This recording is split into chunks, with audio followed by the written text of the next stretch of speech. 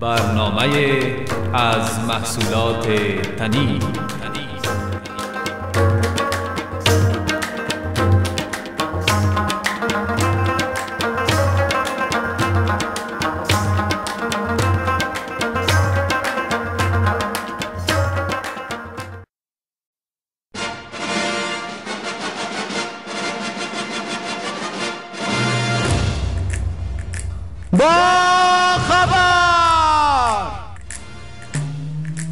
د با خبر خبرونه د مهمو خبرونو راپورونو او مرکو راټولونکي.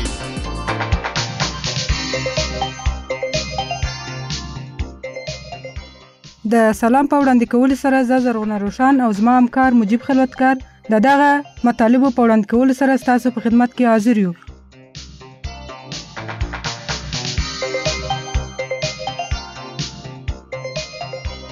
به دنبال مبارزات تبلیغاتی برای پست ریاست جمهوری، 2 تن دیگر از کاندیداها در شهر کابل سخنرانی نمودند.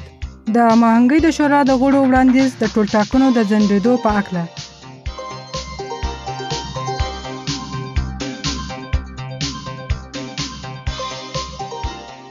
بانک مرکزی دکاندارانی را که با اسعار خارجی خرید و فروش می کنند جریمه کرد. د 15,000 د استوګنې اپارتمانونو د بنسټ ډبره کېښودل شوه.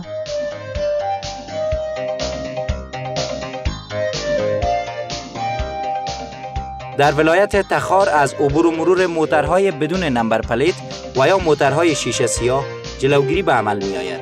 د کندهار په ښار کې د ملي اردو 215 کور اردو پرانستل شو.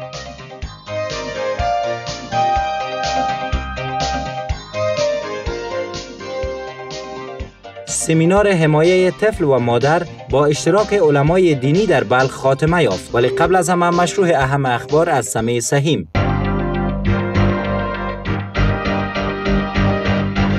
دختر 18 ساله در اثر فیر یک فرد مسلح به قتل رسید. این دختر زمانی به قتل رسید که شخص مسلح در حال دعوای لفظی با پدر وی بود و او را مورد حمله قرار داد. آمر جنایی قماندانی امنیه ولایت بدخشان ضمن تایید این خبر گفت گمان می رود قاتل مربوط افراد مسلح لوای 338 ولایت بدخشان باشد که در زمینه تحقیقات دوام دارد. حامد کرزی رئیس دولت انتقالی افغانستان عازم ایالات متحده آمریکا گردید.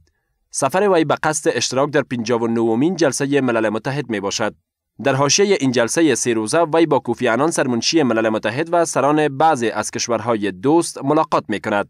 گفته می شود کرزی در بازگشت وارد عربستان سعودی جهت ادای حج عمره می گردد.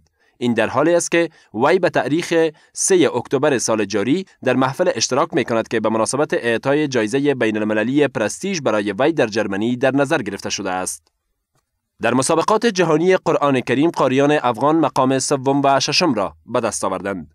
مسابقات قرآن عظیم الشأن که در شهر تهران پایتخت ایران از تاریخ 23 الی 26 ماه سنبله برای انداخته شده بود، 44 کشور اشتراک داشتند.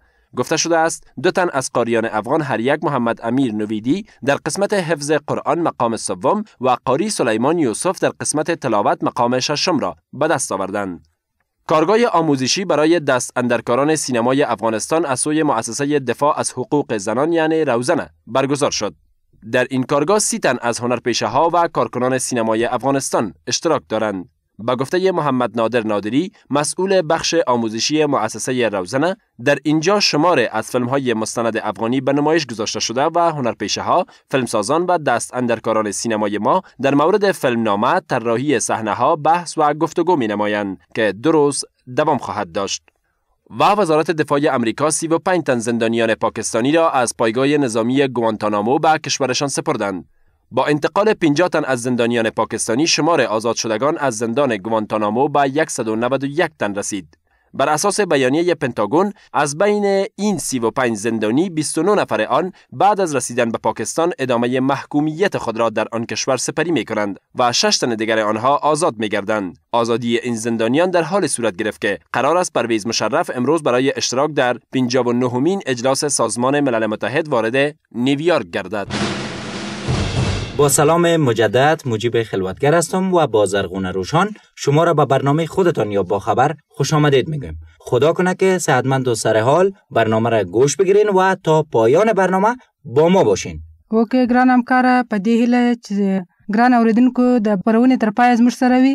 نو د نن ورځې د خپرونې لومړی مطلب د چی په باره کې دی؟ اولین مطلب برنامه ما ای است که 2 تن از کاندیداهای ریاست جمهوری امروز هم گپ زدن و گفتن که در آینده چی میکنن، البته در شهر کابل. اوکی، دی خو څنګه چې معلومیږي هر ورځ 2 یا 3 کاندیداو ته دا وخت ورکول شوی دی چې د شلو دقیقو لپاره خبرې وکړي. بله، برای مدت 20 دقیقه یا در رادیو تلویزیون افغانستان در شهر کابل یا در وزارت اطلاعات و فرهنگ که همکار ما سمیع احمدی در این مورد مثل که زرغونه جان کدام گزارش داره. اوکی، وا بیورو. با سلسله کمپاین تبلیغاتی کاندیداهای ریاست جمهوری 2 تن از کاندیداها در تالار بین المللی مطبوعات صحبت نموده و پالیسی‌های خود را بیان نمودند. عبدالهادی خلیلزی 1 تن از کاندیداها در مورد پالیسی‌های خود در صورتی که حکومت آینده را به دست آورد میگوید. اولتر از همه در عرصه تأمین وحدت ملی کار خواهد کرد. همچنان وی در عرصه تعلیم و تربیت شاگردان مکاتب از استادان مجرب و ورزیده استفاده خواهد کرد. عبدالهادی خلیلزی بیکاری را عامل بدبختی ها دانسته و گفت: بیکاری هغه مزمن مرض دی چې په یو ټولنه کې په اخلاقی فساد برسیره د نورو زیاتو جرایمو د ارتکاب لپاره زمینه برابروي او په ټولنه کې د ټولو پرمختګونو مخه نیسي. نو زما منتخب حکومت به په مملکت کې د هغو فابریکو د بیا رغونې لپاره چې د جنگ په شرایطو کې لکار لویدلي دي چې دغه فابریکو په بیا رغونه کې بیکارانو ته د کار شرایط او زمینه برابر شي او له بلې خوا به فني اشخاص راجل او جذب شي. حسیب آریان کاندیدای دیگر پست ریاست جمهوری نیز ضمن سخنان گفت: در صورت کسب کرسی ریاست جمهوری تا آخرین قدرت برای آبادی کشورش میکوشد و یک حکومت سالم و بدون قماندان سالاری، قاچاق مواد مخدر و تروریسم را ایجاد خواهد کرد. و درباره برنامه‌های کاری خیش چنین گفت: ایجاد مکاتب، پانتون‌ها در برنامه‌های دوره کارم میباشد که تحت نظر متخصصین و حل کار طی پلان سنجیده شده 5 سال حکومتم فرا خواهم کرد. در مورد از بین بردن انواع مفاسد اخلاقی و فساد اداری به طور قاطعانه مبارزه خواهیم کرد. ما در وحدت ملی و تامین عدالت اجتماعی در تمام عرصه ها و حیات جامعه خود می‌دانم. زنان که واقعا نیم از پیکر جامعه ما را تشکیل می‌دهد، ما در زمینه سمگیری ایشان در تمام عرصه های سیاسی، اقتصادی، فرهنگی، اجتماعی و حقوقشان با مردان مساوی می‌دانم. قابل تذکر است که کمپاین تبلیغاتی برای انتخابات ریاست جمهوری از تاریخ ابداع سرطان سال روان شروع شده و الی 48 ساعت قبل از انتخابات دوام خواهد داشت.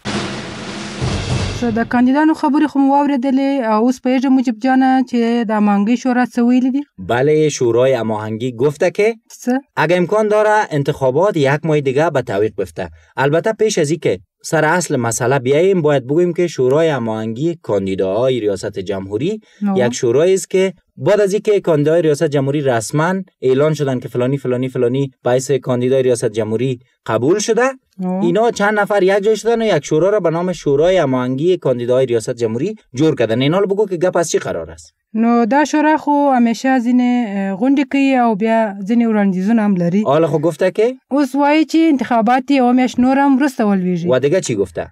او په دې هکله زموږ همکار غلام محمد معصومي یو رپورټ لري چې وابورو. مشنویم. د کاندیدانو شورا پریکړه کړې ده چې د روان ولسمشر ټول ټاکنې دي یوه میاشت وځنډیږي. دا خبره د کاندیدانو په شورا کې چې مشري انجینر احمد شاه احمدزي درلودله وکړه.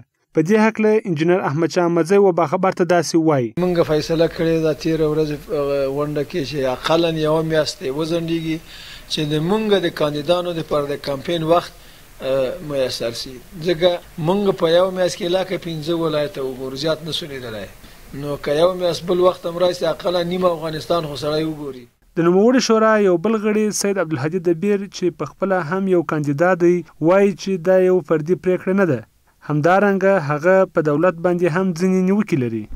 خوبی تنها خواست من نبوده، خواست جمعی از کاندیدا بوده. دولت فعلا خائنانه رفته رئیس و یک کمیسیون ما نیست، یک کمیسیون ایجاد شده اجنبی است. بیرون چون اینا از مردم نیستن، از مردم ایراست دارن و شاید هر بانی را به خاطر یک تقلب، به خاطر آوردن یک حکومت نامشروع در افغانستان تلاش بکنن. د یادونې وړ ده چې مخکې یو شمېر کاندیدانو پر حامد کرزي باندې نیوکې کړې وې چې ولې یې ټولټاکنې د جوزا د میاشتې څخه و میزان میاشتې ته ځنډولې دي. زرغونه خبر داری یا نه؟ د چی څخه؟ ای که بانک مرکزی یا د افغانستان بانک کسایی را که با دلار و کلدار و این گپا جنس خود یا مفروشن یا جنس میخرن جریمه میکنه و دکانا را حتی کی کار میکنن بسته میکنه. نو دا ولی؟ به خاطر از این که خود بانک میگه که باید پول افغانی دیگه ثابت باشه و کل کارا یعنی کل خرید و فروش ها با پول افغانی شود، چون ما یک پول داریم دیگه. شاه مجیب جانه نو او چې په دې اکل څه شي لرو؟ چرا مثل که زیاد گپ زدم. او ډېر خبرې دی وکړه. در این مورد میشه که از زلمه احدی بشنویم. در افغانستان بانک دکاندارانی که خرید و فروش را به اسعار خارجی می کند جریمه می کند. عده‌ای از دکانداران شهر کابل از این اقدام در افغانستان بانک ناراضی هستند و میگویند که دولت باید تمام دوایر دولتی را به این موضوع متوجه ساخت. در مورد اینکه چرا دکانداران جنس خود را به اسعار خارجی میفروشند از خودشان میپرسیم. ما اکثر اجناس خود کل شب به دلار و کلدار خریداری میکنیم و فروشات ما هم اکثرا به افغانی است و اگر فرض کنیم بعضی اجناس را ما به دلار هم میفروشیم از طرف دولت به جریمه میشیم. کارت موبایل ما به دلار میخریم. اکثر اجناسی که در شهر هست ما به دلار میخریم و غیر از اینکه ما با دلار میخریم میشه که از گمرک وقت مال را ما محصول میکنیم، محصول هم ما دلاری بر دولت میپردازیم. ما مجبور هستیم اسعار را پورا کنیم. دلیلش است که اون مالکین بعضی کسا از این تقاضا دارن که همین کرایه یا بدل همین جنسی که وارد میکنن کلش به دلار چیزاست. خود ما دکاندار هستیم، یک کرایه دکان ما ماهانه 500 دلار کرایه میتیم. در مورد علت جریمه نمودن کسانی که به اسعار خارجی خرید و فروش می نمایند از رئیس عمومی افغانستان بانک انوارالحق احدی پرسیدیم. خرید و فروش در افغانستان باید به افغانی باشه.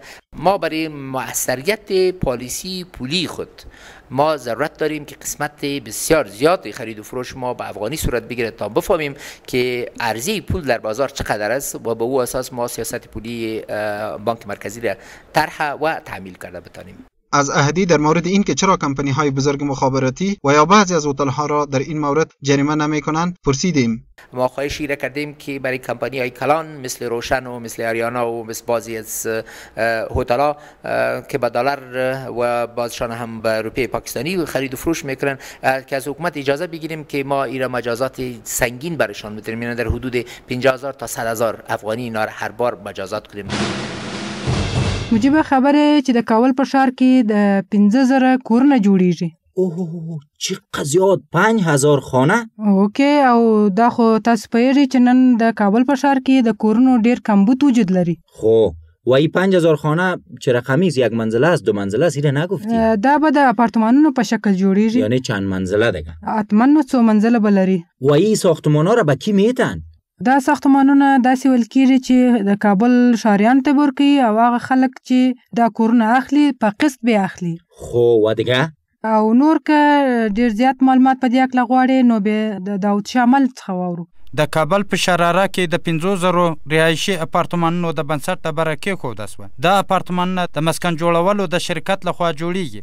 دا مطلب اجي ډاکټر صاحب نظر مرادي د کابل ښاروالۍ د لوی ریاست د اساسي اپارتمانونو د کنترل رئیس وکړه. فیصله کمیسیون انکشاف شهر ساحات فارغ از معضله املاکی را گفتن در اختیار از شرکت قرار بدیم. چون سروی شد، خط اندازی شد و حدود 5,000 آپارتمان اینا باید بسازن و برای مستحقین توزیع بدن. رابطه با مکلفیت های شهروالی، مکلفیت های شرکت مسکن و مسئولیت هایی که اینا در قبال اعمار ای بلاک ها را دارن به صورت مشخص درج پروتکلشان می باشه. کسای ای اپارتمان ها را در قدم اول دریافت میکنن که در ساحت ملکیت دارن. د اپارتمانونو د توزیع او خرڅولو په اړه ډاکټر صاحب نظر مرادي وایي چې دا یوه مشترکه پروژه ده د ښاروالۍ او د مسکن د شرکت لخوا څخه او توزیع یې یو ګډ کمیسیون په واسطه کیږي او قیمت به یې هم د همدې کمیسیون لخوا څخه ټاکل کیږي، البته په قسطو باندې چې هر قسط یې 0% ده او اخیرنی قسط به یې د اپارتمانونو د تسلیمولو په وخت کې تحویلیږي. او د کابل ښاروالۍ د لوی ریاست د اساسي اپارتمانونو د کنټرول رئیس په دې اړه که څوک مخکې پیسې تحویل کړي کړي د دې ضمانت به څوک کوي وایي. تکنیک کار به رقم فکر شده که باید یک شخص مسئول از طرف شهروالی معرفی شوند و یک شخصی از طرف شرکت که این پول تا یک آویز به بانک تسلیم بکنن و باز با امضای شهروالی و امضای شرکت یک جای این پول غرض مصرف در خود ساختمان بکنن. یعنی شرکت به تنهاییش نمیتونه که این پول در بانک جابجا بسازه یا از بانک بیرون بکنه. د ډاکټر صاحب نظر مرادي په وینا تر راتلونکو 2 میاشتو پورې دولتي مځکې استملاک کیږي او مستحقو هیوادوالو ته به توزیع شي. زرغونه جان دیگر نمبر پلیت‌های سیاه و شیشه های سفید در شهر تخار عبور و مرور نمی‌کنند. دا ته څه وایې مجیب جانه د سپینې شیشې او څنګه؟ چطور چرا غلط گفتم؟ اگر غلط گفتم بگو صحیحش چی است؟ صحیح خو دا ده چې هغه موټران چې نمبر پلیټ نه لري او تورې هندارې لري یا تورې شیشې لري هغه به نور گشت گذار نه کوي. در ولایت تخار خو ما اصلا صحیح متوجه نبودم. چرا؟ دا په دې خاطر چې د دې موټرو څخه کېدای سي ناوړه استفاده وسي او دارنګه موټران چې تور فیلمونه لري هغوی هم ډېر د امنیتي لحاظه د خلکو ته د باور وړ نه دي. همه تو میگن نه؟ همداسې ویل کېږي. و ما خو یک گزارشگر در ولایت تخار داریم و او چیز روان کرده در این مورد یا نه؟ اوکی هغه په دې عقله موږ ته یو راپورټ راستولی دی چې کېدای سي وایورو. صحیح زرغونه جان، گزارش عطاالله عبیدی را از ولایت تخار مشنویم. مدیریت ترافیک ولایت تخار به تمام دارندگان وسایط بدون نمبر پلیت و موترهایی که شیشهشان فیلم سیاه داشته باشد توصیه نمودند که از عبور و مروری همچو وسایط در شهر جلوگیری نمایند. اینکه این کار به چه منظور صورت میگیرد سمنوال میرویس حمید مدیر ترافیک ولایت تخار میگوید. با هموطنان عزیز بفرمایید است که در استانه انتخابات قرار داریم به اساس هدایت مقرر وزارت امور داخله و ریاست ترافیک آن وسایطی که بدون اسناد هستند یعنی بدون نمبر پلیت داشته باشند کارت مجوز یا فیلم سیاه نداشته باشند ما اونا را به خاطر اینکه ناخواسته باعث کدام حادثه در خراش گرفته نشده باشه ما جلوگیری میکنیم که نمیگذاریم که گشتگذار کنیم فعالیت نمایند. از وی پرسیدم اگر دارندگان موترهای بدون نمبر پلیت و موترهایی که شیشه هایشان فیلم سیاه داشته باشد توصیه های آنها را نادیده بگیرند چی کار خواهند کرد؟ وی چنین گفت: مؤاخذه و وسیله اگر باز تصمیم نکنم ما در تصمیم داریم که مطلق از گشتگذار اینا جلوگیری کنیم که در جای برجم‌ترین شده اونا را قید کنیم تا اینکه متعهد شوند از گشتگذار وسیله بیخی باز داشته شوند. از رانندگان و مالکان موترها نیز در مورد پرسیدیم. به حسابی که شیشه موترها فیلم داشته برای ما موافق هستیم که فیلم باید نداشته باشه یا به حساب پلیت هم موافق هستیم که باید موترها به پلیت نباشه. دیگه در ضمن ما مشکلاتی داریم به حساب که پلیت نتوانیم نمیتونیم که موتر استفاده کنیم غریب مردم هستیم. اقدام ترافیک بسیار کار خوب است. لازم نیست که مثلا دولت در ما نمبر پلیت نمیده موترهای ما به اینجا استاد مونده ما غریب مردم هستیم. عطاالله عبیدی، سلام وطندار، تخار. شاه مجیب جانه د تخار څخه به ولاړ سو کندهار ته. که ته تیاره میری یا بی تیاره؟ بی تیارې ته ځو. حتما کدام گزارش از اوجا داریم. معلوم داره موږ خو خبر یو چې هلته ته هم خبرې چې موږ یو گزارشگر لرو. گزارشگر داریم. اول بگو که گزارش در چی مورد است؟ گزارش په دې هکله دی چې په کندهار کې 215 قول اردو پرانستل سو. قول اردوی ملی. اوکی. و وزیر دفاع مارشال فهیم و تعدادی از افسرهای بلند رتبه وزارت دفاع در محفلی که در ارتباط شهر قندهار جور شده بود حضور داشتند. اوکی. و گزارشگر ما اوجا بوده یا نبوده؟ من نمیفهمم زرغونه. زموږ گزارشگر هلته او موږ ته گزارش راستولی دی کېدای سي چې د نورالله نوري څخه واورو. د ملي اردو 215 نمبر قول اردو په کندهار کې د افغانستان د ملي دفاع د وزیر مارشال محمد قسیم فهیم لخوا د یو لړ مراسم په ترڅ کې پرانستل شو. دغه مراسم نن د کندهار په نړیوال هوایي ډګر کې د ملي اردو د کندهار د 215 نمبر قول اردو د قومندانۍ په انګړ کې جوړ شوی و. د ملي دفاع وزارت ویان جنرال محمد سایر عظیمی د نوموړي قول اردو د تشکیلاتو او پرسونل په اړه وویل. ډېر کنډکونه لري، هر کنډک ورته سربازانو ولا افسران لري. د ملي اردو سربازانو چې په کندهار کې دي هغه په دغه تشکیل راځي. په دغه پرانستونکو مراسمو کې د ولسمشر حامد کرزي فرمان چې د 215 نمبر قول اردو د قومندان مرستیال د ټاکلو په اړه و د لوی درستیز د استازي لخوا ولوستل شو. برید جنرال انجینیر مسلم فرزند محمد جان باعث قومندان قول اردو ملی ولایت کندهار. برید جنرال محمد سرور فرزند فیروز باعث معاون قول اردو ملی ولایت کندهار. د هېواد کې د ولسمشرۍ د ټولټاکنو وخت رانږدې شوی دی او طالبانو ویلي چې راتلونکي انتخابات به ګډوډوي، آیا په جنوب لویدیځه حوزه کې په 215 نمبر پل اردو وکولای شي چې د سیمې امنیت ټینګ کړي؟ یو ځل بیا جنرال اعظمي: موږ یو قصد پلان لرو په د انتخابات امنیت په باره کې یوه درې میاشتې کېږي چې په دې موضوع موږ او له خپل نړیوالو همکارانو سره یو قصد پلان ترتیب کړی او ټوله تدابیر موږ نیولي. دا زیات کړه چې په کندهار کې به د 2 نمبر پل اردو پاته ځواکونه چې تر اوسه پورې نه دي بېوزلي شوي د موقتي وخت لپاره پاته وي. د یادونې وړ ده چې په دغو مراسمو کې د دفاع وزارت مرستیال جنرال عبدالرحیم وردګ، د ټولګټ وزیر ګل آغا شیرزی، د کندهار والي انجینیر محمد یوسف پښتون او یو شمېر نور لوړپوړو دولتي چارواکو ګډون درلود. نورالله نوری، سلام وطنداره، کندهار. شنونده های عزیز، شما به برنامه خبری با خبر گوش میتین. زرغونه جان بگو که برنامه ما خلاص است یا کدام چیز دیگه هم داریم؟ یو دوه مطلب نورم لرو چې هغه به هم ګران اوریدونکو ته وړاندې کو. خی بگو که د چی مورد است؟ موږ دا مطلب د هغه سیمینار په هکله دی چې د مزار شریف کې دینی علماو په ګډون جوړ شوی و. خو هدفت از همون سیمینار حمایت طفل و مادر است که د مزار شریف خاتمه یافت. او دا چې د څو ورځې مخکې رئیس جریان درلود پرون ختم سو او د دې مطلب جزئیات به د نورعالم شیرزی نه واورو از گزارشگر ما په مزار شریف. کار سیمینار تحت نام حمایت طفل و مادر از دیدگاه دینی مبین اسلام در شهر مزار شریف پایان یافت. در این سیمینار از 9 ولایت شمالی افغانستان به تعداد 115 تن از علما اشتراک داشتند که توسط 5 تن از علمایی که از وزارت حج و اوقاف آمده بودند آموزش دیدند. رئیس حج و اوقاف ولایت بلخ مولوی عبدالنافع انصاری در مورد هدف برگزاری این سیمینار میگوید: به خاطر رشد اطفال و جلوگیری از ضایع شدن طفل و مادر در اینجا صحبت صورت گرفت. با گفته مولوی عبدالنافع انصاری، علمایی که در این سیمینار آموزش دیدند به ولایات خود رفته و در همچون سیمینارها تعدادی از علمای دیگر را آموزش داده تا به قرا و قصبات رفته و دیدگاه دینی مبین اسلام در مورد حقوق طفل و مادر به مردم آگاهی دهند. در مورد نتایج کار سیمینار مولوی عبدالنافع انصاری چنین گفت: نتیجه کار سیمینار ما این بود که باید علمایی که از 9 ولایت در اینجا شرکت کرده اینها به ولایت خود میرن حمایت طفل و مادر از دیدگاه دین مقدس اسلام در قریجات و شهرها و ولسوالی‌های مربوط ولایت خود را تشریح میکنند. از تعداد از اشتراک کنندگان این سیمینار در مورد پرسیدم.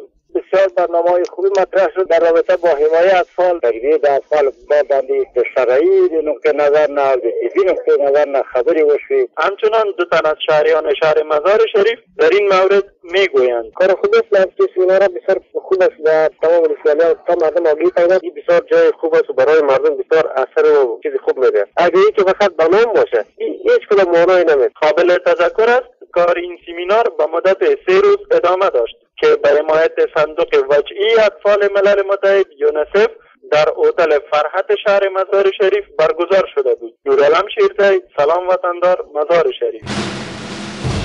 شنونده های عزیز برنامه با خبر، زرغونه روشان و من مجیب خلوتگر شما را به خداوند منان میسپاریم. برنامه ما خلاص شد. با امان خدا. او تاسو ته وایي چې با خبر باشید.